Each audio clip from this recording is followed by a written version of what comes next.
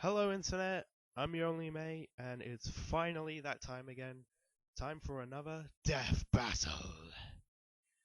This time we have Gaara from Naruto versus Toph from Avatar. I will say a few things first. I haven't posted anything in a while, mostly because I've been trying to deal with some news. I won't go into that now, but anyway, about this death battle. What do I know about these characters? Mostly nothing.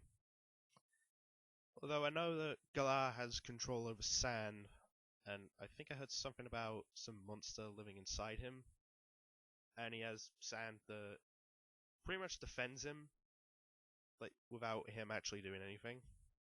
So if someone could try and shoot him in the back of the head, the sand would protect him, and he'd just be all like, "Huh? What happened?" That sort of thing. I don't know. And Toph, she's blind, but she senses pretty much anything that's going on around her by tapping the ground with her foot, I think it was. And she can control stone and metal. I do have a theory on... well, not really theory, I just... let me start over. Who do I think is going to win? I've thought about this a lot, and I think for the win in this death battle, I'm going to go with Gaara. Mostly because him controlling sand, he also uses it to break down rocks and dirt around him to create more sand. So if he destroys the environment that's around him, he has complete control over the battlefield. And that could really screw Toph over. But it also depends if Toph can control sand just like Gaara does. Because in theory, since it is like small rocks, that is technically what sand is, she should be able to. I don't know. Anyway, let's see what these guys have to say. And play. This episode of Death Battle is brought to you by Squarespace, the easiest way to create a beautiful website, blog, or online store for you and your idea. Squarespace features an elegant interface, beautiful templates, and incredible 24/7 customer support. Try Squarespace at squarespace.com/screwattack and instantly get 10% off. I'm making boomstickrules1.com for obvious reasons. Yeah, that's like the one website we really need. I'm just gonna turn this down so it's like really loud. Throughout Death Battle, we've seen all manner of weapons and abilities, but so these true. two combatants command the very earth around them. Hell yeah, they do. The desert. And Toph Fong, the blind bandit. He's Wiz and I'm Boomstick. And it's our job to analyze their weapons, armor, and skills to find out who would win a death battle. Finally see this, but first the analysis. Gaara of the Desert is a short, skinny, pale stick of a kid, but he's also one of the deadliest shinobi in the world. He looks like a member of Green Day. Gaara is the son of the 4th Kazekage, leader of the village hidden in the sand. Born prematurely at the cost of his mother's life, Gaara was destined for a childhood of depression and loneliness from the get-go. Not even a minute old and already has a kill under his belt. Though, technically, he had a little help. Because, you see, as he was being born, his father was like, "Hey, you know what would be awesome? Using ninja magic to seal a horrible monster in my son's belly to turn him into an ultimate weapon." Father of the year right there. Clearly.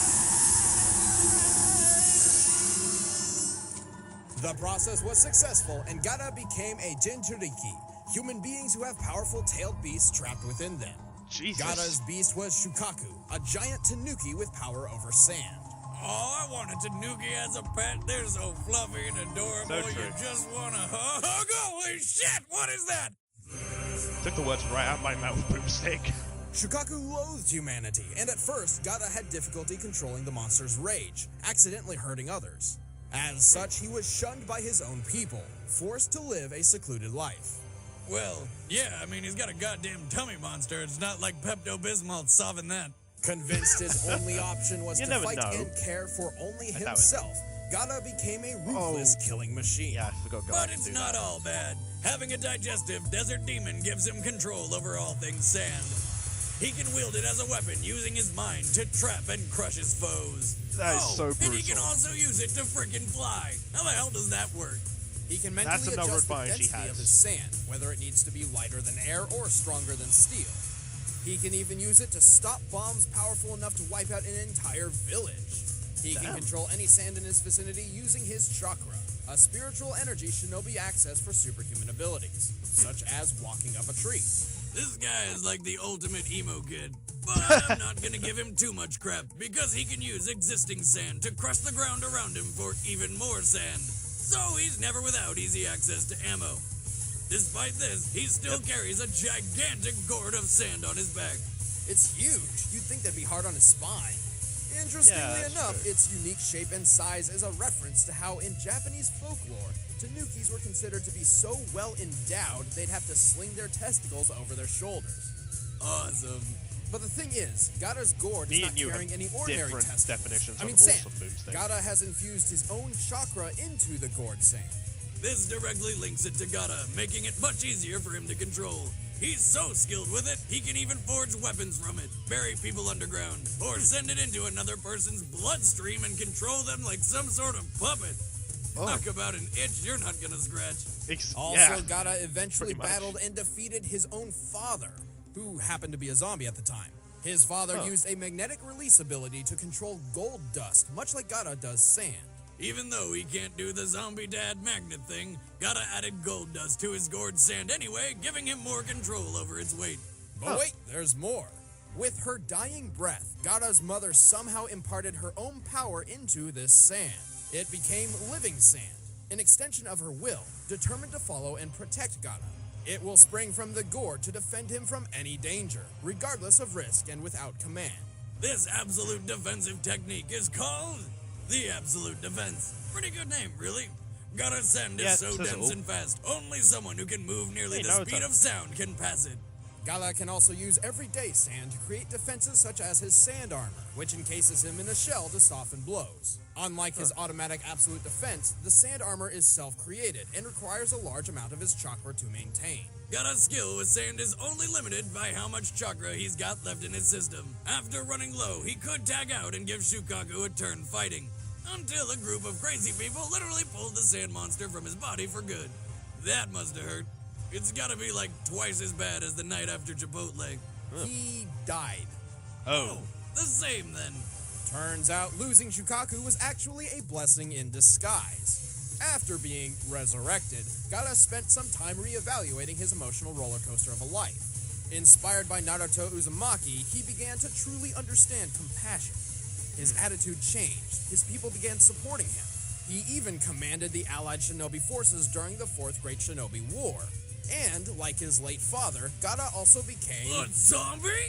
Kazekage. Damn! Well, even non-zombie and missing always Shukaku, hope for Gaara mistake. still retained his powerful chakra and skill over sand. In their fight, Gaara was so powerful, his father mistook him for Shukaku itself, despite the sand monster being long gone. Gaara is stronger and smarter than ever, all thanks to his mother's love. I miss Mama Boomstick. Few can withstand the overwhelming power of this sand shinobi. Or Mama Boomstick's cooking. You're uninvited to Thanksgiving. Uncalled for. It never was. Exactly.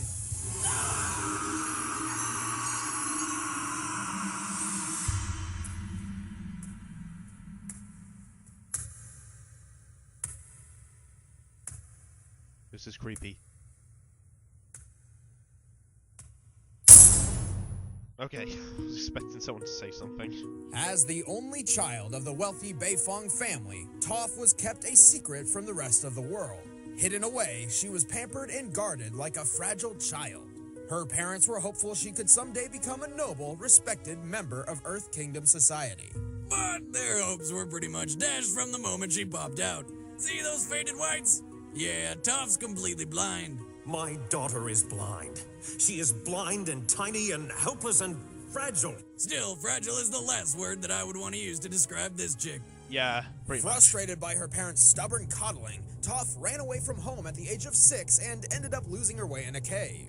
Until she was rescued by some giant badger moles. Yes, they are badgers, and they are moles. Never would have Imagine one of guessed. those things burrowing into your home. What kind of pest control do you even call for that? Oh wait, I know. Fire. Like Toph, badger moles That are works for blind, everything. so they took a liking to her. Well, how the hell would they know? And as the that's original true. artists of the craft, the badger moles began her training in the art of earthbending. These giant varmints taught Toph how to manipulate rock and stone.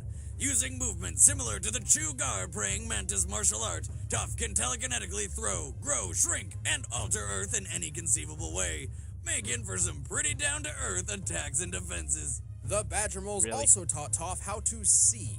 Wait, these ridiculous creatures are also masters of LASIK surgery? No, Toph does not use her eyes to see. Of course, her other senses are extremely accurate, and as a master earthbender, Toph can sense the location of Earth anywhere. Even more impressive, though, the badger moles navigate their tunnels using an earthbending technique known as the seismic sense, and Yep, Toph quickly see? picked up on this Like I talent. was talking about. It's kind of like sonar, detecting the exact location and movement of a person or object through their interaction with the ground. I feel the vibrations in the earth, and I can see where everything is. You, that tree, even those ants. She feels every movement, every footstep, every heartbeat, so precisely she can even tell if a person's lying. A woman who can always tell when I'm lying? No, thank you. Toph is so good at this that even her closest friends sometimes forget she's blind. Stupid stuff, you always do that. Sorry. But don't worry, they're reminded. In only 6 years, Toph had completely mastered earthbending. She even won the Earth Rumble 4 tournament multiple times under her stage name, the Blind Bandit. But Toph didn't stop her training with just earthbending. At first, softer earth proved difficult for her seismic sense. I feel the vibrations in the ground with my feet, but the sand is so loose and shifty, it makes everything look fuzzy. But That she has since could prove demonstrated her difficult mastery for her. in both sand bending That's fine. and mud bending. She can also change the density of earth from sand to stone and back. And before you start making any density or hardening innuendos, she's 12. Okay. But her greatest achievement Oh, is the Boomsy, you must discovery be of an all-new so bending art, disappointed. one thought to be impossible, metal bending. By manipulating the earthy composition within, Toph can bend nearly any type of metal just as well as stone, the exception being highly purified metals such as platinum. Toph quickly mastered metal bending and went on to teach it to others. She eventually even founded and led a metal bending police force. And that's after conquering Earth Rumble 4, holding up a building the size of a castle, defeating an entire army almost single-handedly, and dueling King Boomy to a standstill. And that guy's conquered an entire hostile city by himself. Even in her old That age, is impressive. Toph was capable of going one-on-one with a new avatar, and her seismic sense could locate people across the world. She knows when I've lied and where I've been. Women should not have these powers. I am the greatest earthbender in the world. Don't you two dunderheads ever forget it.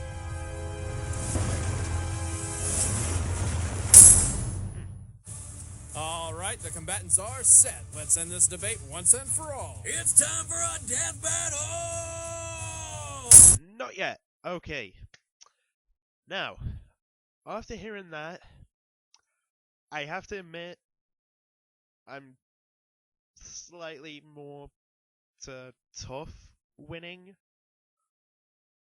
Just because the only thing that really sold it for me for Gaara to win at first was him pretty much making the entire environment around them into sand. But Toph can turn it back into regular stone, which could help her out quite a bit. Although I do remember hearing at one point, someone used diamond to, not from this analysis. I didn't hear anything about that, but from some other video, someone mentioned diamond not being able to shatter Gaara's defense, and yeah, so alright, I'm going to stick with my initial judgment that Gaara is going to win. If Toph wins, oh well, I got one wrong. But if Gaara wins, yay, I got it right. Alright, let's finally watch the STEM fight. And play. Now here's the part that we saw from the preview. That is still an epic entrance. Tough ride. You do not belong here. This is sacred ground. Leave. Both have awesome Oh voices. yeah, tough guy? Make me.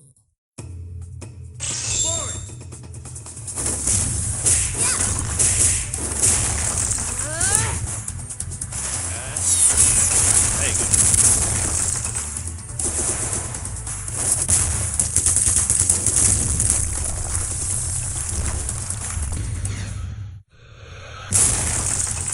Interesting.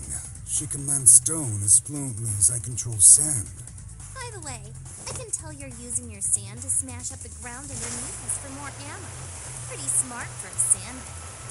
Too bad I'm gonna kick your butt before you can use any of it. I can't underestimate her. So true. I need time. Huh? Wow!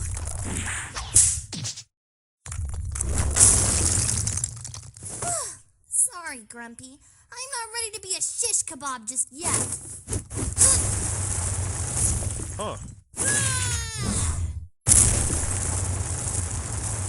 Didn't think that would work. Come on! Are you really that scared of a little blind girl? I'm touched.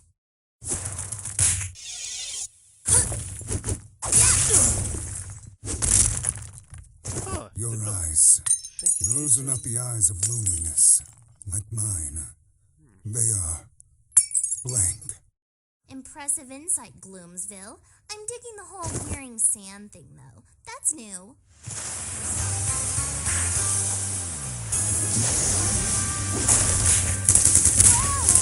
Oh yeah, she can't sense things happening in the air. You need your arms to control the earth. I will remove them. Oh. Dream on, creep. It'll take a lot more sand than that to take me down. That's the plan. Oh man. Oh, crap.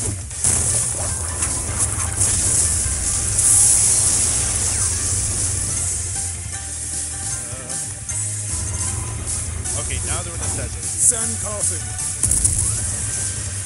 Sun burial. Oh. It is done. Did Gaara just win? Nope. Jeez, I almost felt that. That's impossible. You kidding? Pay attention, Sandy. I'm about to school you.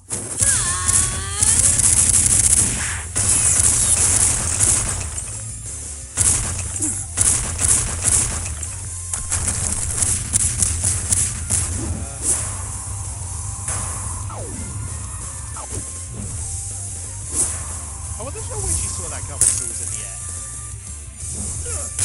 Gotcha.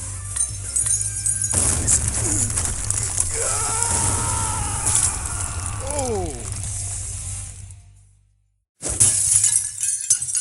That's how it's done. Clearly.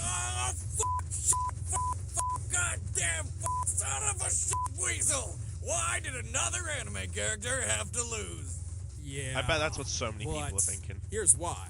Gaara's sand is monstrous, and its speed and power could easily obliterate most foes. But with Toph, it's another story. Really? She's friggin' blind, for God's sakes, and he can fly! Yeah, Oh, I'm in confused the by that too. official behind-the-scenes extras of the Avatar Book 2 DVD, we found this. Toph can feel the earth, even if it isn't connected to the ground. Toph is tough, but her real strength Oh. lies in her precision and technique. With her earthbending and seismic sense, she could see Gaara's attacks coming the instant they began, regardless of if he was in the air. While Gaara's chakra-infused sand is controlled by his late mother, it's still sand. Just like in an earthbending duel, Toph was able to influence it long enough to misdirect or block attacks. Also remember, Gaara added his father's gold dust to the mix, giving Toph 2 different bending options just in case. Oh, I didn't Unlike think of that. platinum, gold contains traces of iron and copper, and can be metal bent. To top this off, Gaara keeps himself covered in his sand armor, so Toph could always sense where he was. And it specifically stated that the sand armor uses up large amounts of Gaara's own chakra, not his mother's sand. So, when he ran low on chakra, it became difficult to maintain. Thus, Toph had no problem turning Gaara's greatest defense into his worst weakness. Gaara couldn't stand up to Toph. I know you're floored. I really ground that one in, didn't I? What can I say? Not It's as good my as Barbara's earthly puns, delight. but okay. The winner is Toph Beifong. Yay! No need to gravel Congrats, about it. Toph. Can't we just bury the hatchet? I'm out. Next time Okay, on the next Death Battle. time. I think we all know what it is. Yep.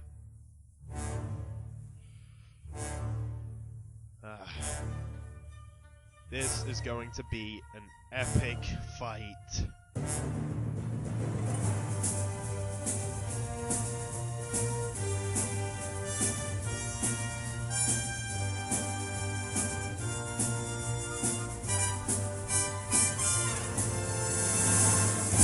Samus vs. Boba Fett remastered. If you guys enjoyed the episode, please like, I'm share it just with your gonna friends, argue watch through and to make subscribe. sure there's It really helps us nothing out. And if you want more entertainment left over. right now, why don't you listen to Jocelyn talk about Star Fox and some other interesting things she does on her show? It's called The Desk of Death Battle. Click it right there. And don't Yeah. forget to buy Disorder. It's That a game and it's was on weird to Steam and hit. it's really cool, but you kind of have to play it to understand it, so go do that and I'll be happy. And still have a job. There's still a bit of the video If you left. need a website, Oh, it's then just look about no further than Squarespace. Squarespace. I'm not kidding. If this wasn't the best Let's way just to create your show. own website, then why would Jeff Bridges? Yes, I'm just gonna. Okay. If they had talked about Toph sensing rocks and earth particles that are in the air, then I would have immediately switched over to Toph's side. But, yeah, that was still a pretty good death battle. And next time, we will see the remastered Samus vs. Boba Fett. I have to say though, back in my preview reaction, when I first saw Samus's ship, I was thinking, oh my god, is this like Samus vs. Master Chief or something? I was expecting to see a pelican at first.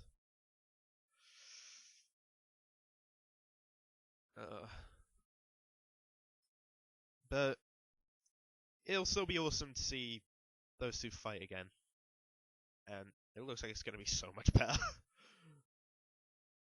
Alright, well, cheers for watching. If you enjoyed, then yeah, sure, like, comment, and yeah, subscribe if you want. I'll see you later. Bye.